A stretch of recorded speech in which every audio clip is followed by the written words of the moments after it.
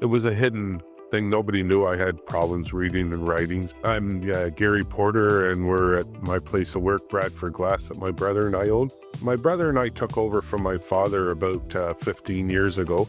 I went to public school. I was held back for 1 year, so I did grade 8 twice. And then I went to a technical school down in Richmond Hill that they teach you trades. I did a couple of years there, and then I ended up just leaving during my second year. When I was younger, I used to go to grocery stores when you have to write the checks, and I would sit outside and write the name of the store on the check just so I wouldn't have to do it at the till, because I knew when I got to the till, I would have to fill out the check, the dollar amount. So I would just get all hot inside. So the more I could prepare myself, I guess you learn to prepare yourself as you go into different situations. So people don't realize it. My wife worked afternoons, and I looked after the kids during the night. So reading stories would be, I could read a little bit, but I would just make up the stories to read to the kids until they got older enough to know that that wasn't what the books actually said. I went to the Barrie Literacy Council because I knew that down the road, my brother and I would be taking over, and I didn't have the skills, the office skills, or the confidence to deal with the public.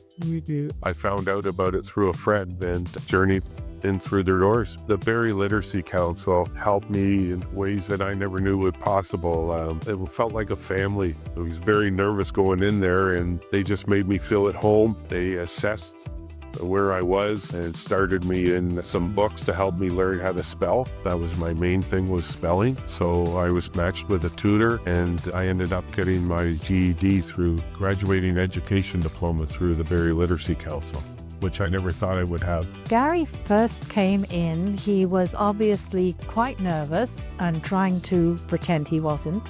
And we sat down and we chatted a bit to start off with, just to get to know him. And what we usually have to do is we have to put the new student at ease to make them feel more comfortable, because they're nearly always nervous.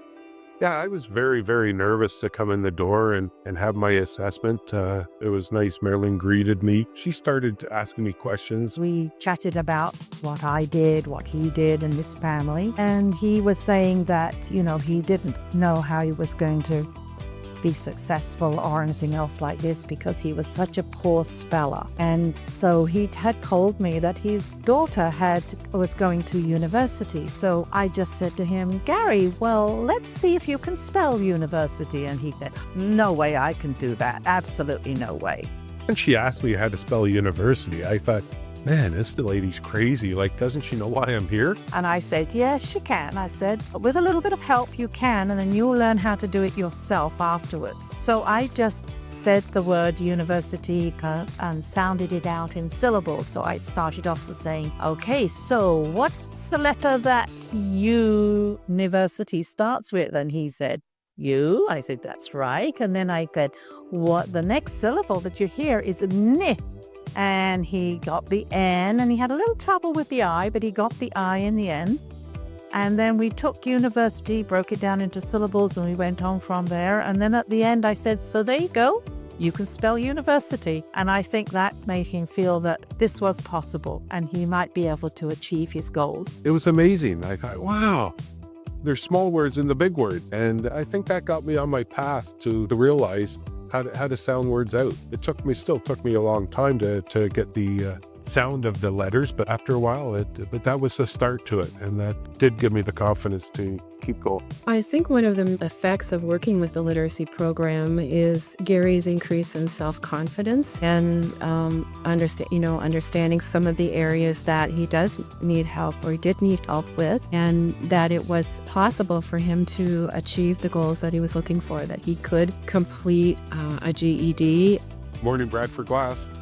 When somebody asks me how to spell something and I can spell it for them, inside it's just a warm feeling, a really nice feeling. I go, wow, man, I can do that now. Gary has been a significant contributor to our awareness, our public awareness, because he is so comfortable being out there talking to people. He is really important to other students that we have.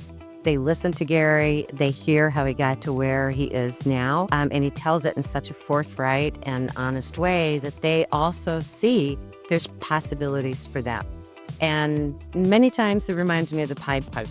So that's a good person to have in an organization like this, where so many people have struggles, and that's why they've come here. So to see the other end of the spectrum is really uplifting and builds a ton of confidence. And Gary's just fun to have around. And I know that a lot of our students here have heard your story, and they've really sort of given them some motivation to struggle through some things because, you know, you've done so well. It's not easy. You got to give it your all if you're going to do it. You know, it's, if you only give half to it, you're only going to get half out of it. That's right. You have to give it your full effort. You always did that for me, so thank you. You were one of my favorite pupils. Oh, I just want to give you all a big hug and thank you very much, because without you, I wouldn't be where I am today in life. Thank you. Yeah, I'm just more of a whole person, I guess you could say. And, you know, even as a kid, when I was 40 or 35, you just don't have that confidence. So you're, you know, in a group situation, it's just crazy. I can't explain how much it's really helped my life.